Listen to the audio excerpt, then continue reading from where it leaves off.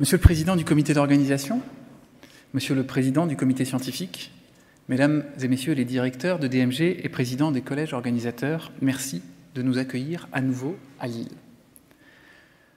Monsieur le ministre de la Santé et de la Prévention, Monsieur le Président de la Conférence des doyens, Monsieur le Président de la sous-section 5303 de médecine générale au sein du Conseil national des universités, Monsieur le Président du Collège de la médecine générale, Madame la Présidente de la Haute Autorité de Santé, Madame la Présidente du Comité de veille et d'anticipation des risques sanitaires, Madame la Directrice du Health Data Hub, Monsieur le Directeur de FCRIN, Monsieur le Médecin Conseil national de l'assurance maladie, Monsieur le Directeur adjoint de la NSM, Monsieur le Président du Conseil départemental de l'Ordre de Haute-Garonne et représentant du Conseil national de l'Ordre, Messieurs les présidents de CME, de CH et de CHU, Mesdames et Messieurs les présidents de syndicats et de sociétés savantes, Madame la titulaire de la chaire de recherche Engagement des patients de l'Université Sorbonne Paris-Nord, Mesdames et Messieurs les externes, internes, chefs de clinique, assistants universitaires, maîtres de conférences, professeurs, maîtres de stage des universités, chers consoeurs, chers confrères, chers amis, bienvenue à Lille.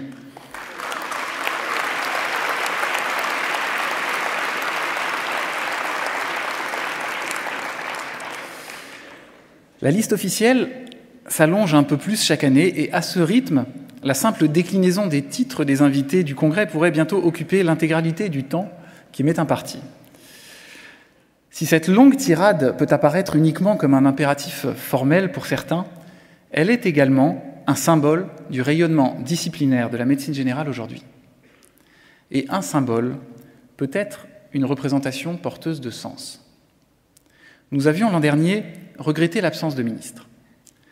Lors de ce congrès, la présence de M. François Braun, ministre de la Santé et de la Prévention, constitue un symbole que nous espérons être porteur de sens.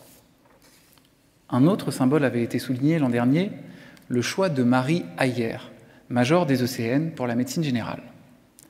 Cette année, même si le choix du major, plus conventionnel, ne revêt pas le même panache, nous pouvons nous réjouir de voir sur la liste principale l'ensemble des postes de médecine générale pourvus et le rang médian de ce choix encore s'améliorer.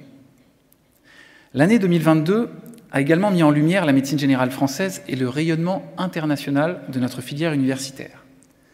Je voudrais féliciter ici le professeur Philippe Binder, directeur du département de médecine générale de Poitiers, qui a reçu, pour l'ensemble de son œuvre, et notamment son travail exceptionnel sur la prise en charge des adolescents, le prix du 5 Stars Doctor 2022, remis à l'occasion de la Wonka Europe.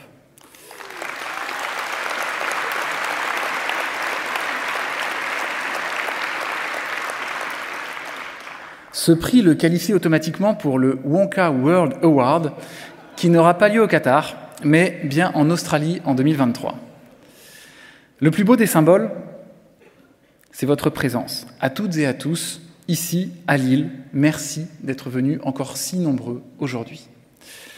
Et je vous assure que mes propos n'ont rien d'une délicate démagogie. Il y a 8 ans, lors du congrès de Lille 2014, nous avions pour la première fois franchi la barre symbolique des 1000 participants. Qui aurait alors imaginé que nous serions aujourd'hui à plus de 3 fois plus nombreux et que cette affluence record nous aurait même contraints à clore les inscriptions plusieurs semaines avant le début du congrès. Bravo à vous d'avoir réussi à obtenir des places afin de pouvoir, durant 3 jours, évoquer ensemble ce qui nous unit, l'enseignement, la recherche et bien évidemment le soin. Concernant l'enseignement, le congrès sera le lieu de nombreuses communications qui se succéderont. En lien avec l'actualité, une plénière sera dédiée à la mise en place de la phase de consolidation. Le congrès permettra également, en avant-première, aux porteurs de la mission confiée par les ministres de l'Enseignement supérieur et de la Recherche et de la Santé et de la Prévention d'effectuer un premier retour sur la base des 40 auditions menées autour de l'évolution du DES de médecine générale. Concernant la recherche, le programme sera là aussi particulièrement riche, avec de nombreuses présentations de qualité. J'attire votre attention sur la grande plénière qui sera dédiée à la santé numérique et au projet P4DP, Platform for Data in Primary Care. Ce projet tant attendu a vocation à bouleverser le paysage de la recherche française ambulatoire et la présence de la présidente de la Haute Autorité de Santé et de la directrice du Health Data Hub lors de cette session témoigne, s'il en était besoin, de l'importance de l'enjeu. Car la recherche est un moteur essentiel de l'amélioration de la qualité des soins. C'est en participant à la remontée de données que nous améliorons la visibilité de nos pratiques et notre réflexivité. C'est en s'inscrivant dans des réseaux d'investigateurs que nous permettons à des projets clés d'apporter des réponses utiles à nos pratiques, et l'exemple d'Adoma présenté à l'instant est en ce sens emblématique. Grâce à ces données, issues de nos pratiques, nous pouvons améliorer la qualité des recommandations. Nous pouvons communiquer en congrès et échanger entre pairs sur la base de données scientifiques. Nous pouvons également contribuer à la construction du contenu disciplinaire de notre profession. Et à ce titre, je voudrais remercier très chaleureusement l'ensemble des auteurs qui ont permis d'offrir à la médecine générale une place dans l'une des collections les plus prestigieuses en médecine. Grâce à vous, la médecine générale dispose aujourd'hui d'un ouvrage de synthèse dans la collection phare de l'éditeur Elsevier, intitulé « Pour le praticien ». La publication de cette nouvelle référence au moment du congrès est également un beau symbole qui témoigne à la fois du chemin collectivement parcouru, de notre maturité et de notre volonté commune de partager le fruit de notre travail et de notre expérience. Le choix du grand témoin revêt également cette année une portée symbolique. Ainsi, pour la première fois, lors d'un congrès du CNGE, une patiente enseignante, Madame Olivia Gross, aura l'opportunité d'assister aux sessions de son choix et pourra nous apporter, lors de la cérémonie de clôture, un regard à la fois exigeant et constructif sur le contenu du congrès. Elle sera accompagnée lors de cette cérémonie par la présidente du comité de veille et d'anticipation des risques sanitaires, le professeur Brigitte Autran. Enfin, au cours du congrès, le conseil d'administration se réunira afin d'élire un nouveau bureau national pour le CNGE. Si nul ne peut préjuger du résultat du vote, il est probable que le bureau évolue, et je voudrais profiter de ce moment pour vous témoigner le plaisir qui a été le mien de pouvoir travailler avec l'ensemble des membres du bureau. Merci infiniment à vous et au conseil d'administration, dont la composition et la structuration veillent à représenter l'ensemble des composantes de la filière universitaire.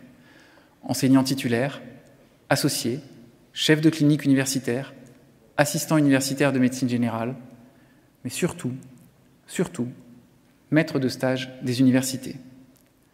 Les chantiers sont nombreux, mais notre organisation, notre cohésion, notre dynamisme, notre bienveillance et notre envie de construire ensemble l'avenir de notre spécialité me rendent particulièrement confiant en l'avenir. Je vous souhaite à toutes et à tous, au cours de ces 3 jours, beaucoup de découvertes et de plaisir, et je déclare officiellement le 22e congrès du CNGE ouvert.